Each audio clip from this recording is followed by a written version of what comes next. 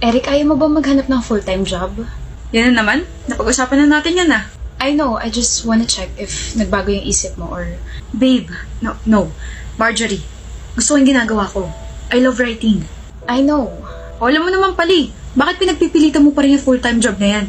Nahihirapan ka na ba sa mga bills natin? Hindi naman. Marge, listen to me. Nagpasa na ulit ako ng bagong manuscript. I know they will love that story. Pag na-publish na yon, I'm very sure na magiging successful ako. I'll make you proud. Okay. Eric, di ba sabi ko itapon mo yung basura? Sandali, isusulat ko lang itong scene na to. Kanina pa yung sandali na yan eh. 5 minutes. Huwag na ako na. Ay, mahal, nakauwi na ako. Nag-sign ka na ba? Ah? Mamaya ka na pwede. I need to finish this manuscript tonight. May tatapusin din kasi ako, so kung pwede ikaw muna. I'm pretty sure na mas importante itong ginagawa ko kaysa sa ginagawa mo. Sige na, mag-sign ka na. Okay. Marjorie, Bakit? walang pagkain? Sorry, mahal. Hindi ko kasi napansin yung oras, tsaka kagaling ko lang talaga sa part-time. Sana nagluto ka na. Importante sa akin yung oras. May hinahabol akong mga deadlines, anak ng leche naman, no? Magluluto na ako. Wag na. Sa labas na lang ako kakain. Stress na nga ako sa mga sinusulat ko. Stress pa ako sa pagkain. Alam mong nahihirapan na ako, Marjorie. Ikaw lang? Ano? Oh. Ikaw lang nahihirapan? Ikaw lang nasa stress? Paano ako, Eric? Nahirapan din naman ako Kailangan ko pa mag-aral sa bar. Anong mahirap? Lagi ka lang naman nagbabasa. Ewan ko sa'yo. Hello? Tulungan mo naman ako. Huh? Bakit? I need your help, please. Hindi na naman kasi approve yung manuscript ko. Sabihin mo sa kanila na I worked hard for this, na pinaghirapan ko to. Please, tulungan mo ako magmakaawa sa kanila. Please, Marge. Ngayon lang damayan mo ko. Pinaghirapan ko to. Nasaan ka? Morning, attorney. Good morning din sa'yo, Lian. Ano nga yung tinitingnan nyo? Libro ni Eric. Binigay sa akin ng pinsan ko. Eric? Yung ex mo 10 years ago? Yung nakipag-break sa'yo dahil hindi mo siya dinamayan nung hindi na naman tinanggap yung manuscript niya?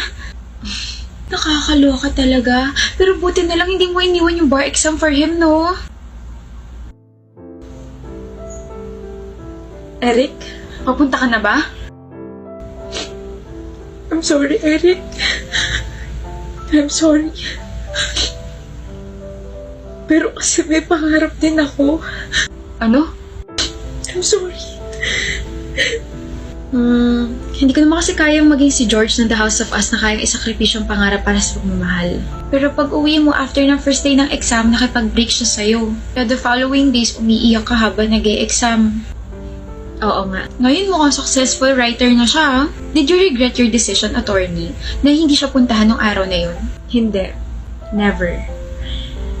Yun at yun pa rin yung gagawin ko.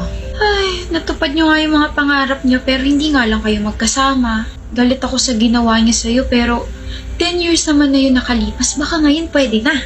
He's already married. 2 na rin yung anak niya. Attorney! Why are you looking at me like that? Mahal mo pa? Hindi na. I'm just so proud of him. I mean, at least we got our own happy endings, right? Anyway, magtrabaho na tayo. Ay, buhay nga naman. Ngayon lang kita nakita rito sa department namin. I'm Kara. Dennis. Ang pogi mo. May girlfriend ka? I just wanna make sure kasi crush na yata kita. Wala. Sure ka? Baka mamaya may sumabunot bigla sa akin or biglang may mag-DM sa akin na you don't know me but I know Dennis. We've been in a relationship for... Never pa ako nagkaka-girlfriend. Ako, pwede mo ako maging girlfriend. I mean, crush. No thanks. Nga pala, baka isipin mo kasi interesado ako sa'yo. I'm just being honest. May charger ka ba? Meron, type C ba? Sakto lobat kasi ako. Na love at first sight sa'yo. Kung hindi ka naniniwala sa love at first sight, isa second sight, third sight, fourth sight, fifth sight. Hindi ako naniniwala sa love. Isa crush. Naniniwala ka bang crush kita? Crush kasi na papugyan ka sa akin. Lilipas din yan. Kung ako sa'yo, huwag mo na sayangin yung oras mo sa akin, miss. Iba na lang yung kulitin mo. Ano yan? Ba't may sugat ka sa tuhod? Wala na tapilok. Just mind your own business, miss. Band-aid. Di ko kailangan yan. Kapag nalagyan niya ng infection, sisisihin ko sarili ko kasi hindi mo yan natapalan ng band-aid kahit inalok kita. Umuulan.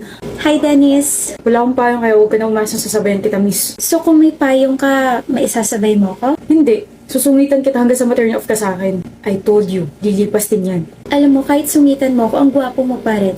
Pero sorry ka kasi hindi naman yun yung dahilan kung bakit crush na crush kita. Crush kita kasi nakita kitang sinagip mo yung puting na muntik na masagasaan last month. So, I therefore conclude na you are a very, very kind person. O, payong. Ingat ka sa pag-uwi mo. Paano ka? Oh, I have extra. Nagdadala talaga ako ng isa pa just in case na may friend or kakilala akong walang dalang payong. Huwag mo na isa sa oli sa akin to maulan na sa mga susunod na araw, next week, next month, next year, and next year. Bye, Dennis! See you tomorrow! Good morning, Dennis. Kumain ka na ba? Hindi ako gutom, miss. Hala, hindi ka ba nagpa-breakfast? Here, take my sandwich. Ayoko. Kapag nag-collapse ka, sisisihin ko sarili ko kasi hindi ka kumain kahit inalok kita. Hilig mo mang guilt trip, no? Kainin mo na to and take this bottled water. Hindi ko pa naiinom yan. Paano ka? Alam mo, kahit ang sungit mo sa akin, naiisip mo pa rin talaga ako, no? Akin na nga yan. Yung ko sa'yo. Progress tawag dyan. I feel like you're starting to trust me na. Thank you, Dennis. Dapat nga akong nagpapasalamat. Hi, Dennis. Hello. Bakit nandito ka sa stock room? Inutusan ako eh. Ikaw. Kapag stress or malungkot ako, dito ako napunta. Tahimik eh. Balik na lang ako mamaya. Anong problema? Akala ko ba alis ka na? Sasamahan kita. Ha? Hindi na. Sige na. Basta dito lang ako. Magtatanong ako ha. Bakit parang takot na takot ka sa tao? Bakit parang ayaw mo nilalapitan ka? Ayaw mo na nagbibuild ka ng connection from other people? Okay. Iniwan ako ng mga magulang ko ng bata ko.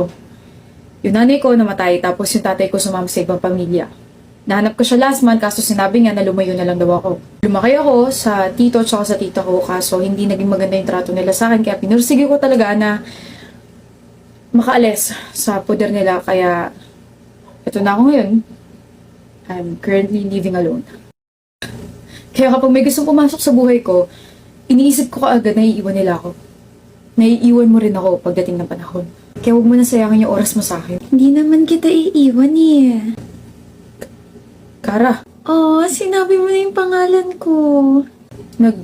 nagdudugo yung ilong mo. Kara!